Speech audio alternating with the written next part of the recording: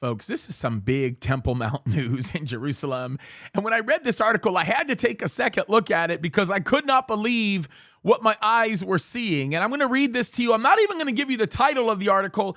I'm just going to read it because it is absolutely unbelievable, okay? Listen to this. This is the Temple Mount, folks. We are talking about the formation of what will be the fulfillment of Bible prophecy. This is pretty crazy. Let me read this to you. It says, this morning marked Rosh Chodesh, the new month of Elul, an auspicious day.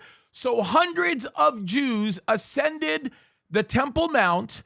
Usually Jews are restricted to one entrance to the site, but today, through a strange string of events, the Israeli police led a group of Jews through a different gate.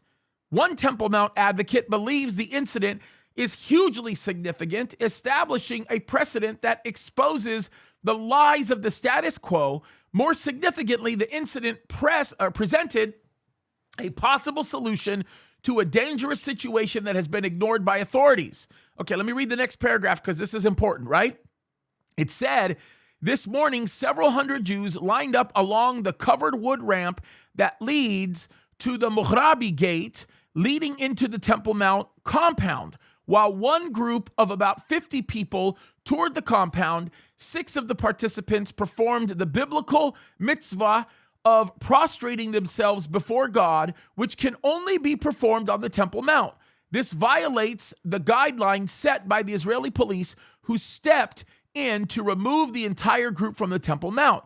Now, normally, non-Muslims are only permitted to enter via the Muhrabi gate and leave via the chain gate after following a strictly enforced route. Usually, when violators must be removed quickly from the site, they are led out through the chain gate. In some cases, they are taken out through the chain gate, right? For unknown reasons, listen to this, the police chose to lead the group through the gate of the tribes in the northeastern corner of the Temple Mount.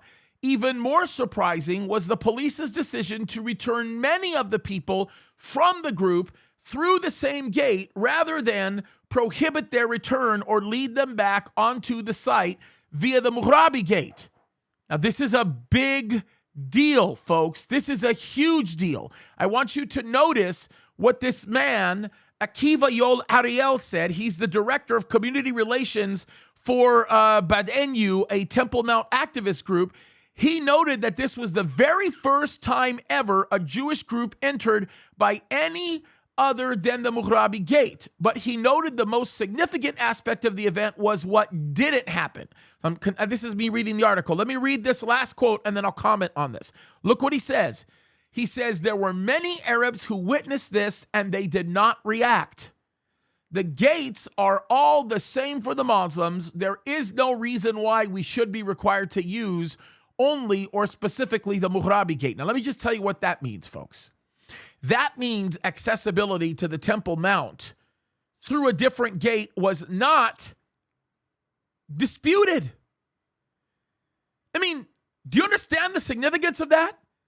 That means accessibility to the Temple Mount for practices that have been traditionally prohibited over the last few years is beginning to actually open up, and it's beginning to be opened up without dispute, which means many things may be changing soon on the Temple Mount. Now, I am not a prophet or the son of a prophet, but folks, this is pretty unbelievable because what this means is that there may be an increase of Jewish activity, Jewish worship activity on the Temple Mount without a dispute, which may open up the door for other things that we know will happen in Bible prophecy. Folks, things are changing and they're changing quickly on the Temple Mount, and we should have our antennas up. We should be paying attention. Jesus is coming soon. The markers are everywhere, and this is unprecedented, and it's really, really good news. Folks, look up. Our Lord is coming. God bless you.